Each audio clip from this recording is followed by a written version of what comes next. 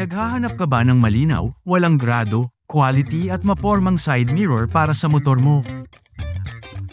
Ito ang dating side mirror na gamit ko. Maganda ang salamin pero nababakbak na ang pintura at kinakalawang na. 1 taon pa lang ang side mirror ko na ito. Nag-research ako sa mga forums at online kung ano ang pinakamagandang side mirror sa market. Yung maganda ang quality pero hindi masyadong mahal. Ito ang Nemo Ducati. Ang ganda ng design at quality. Ang linaw din ng lens.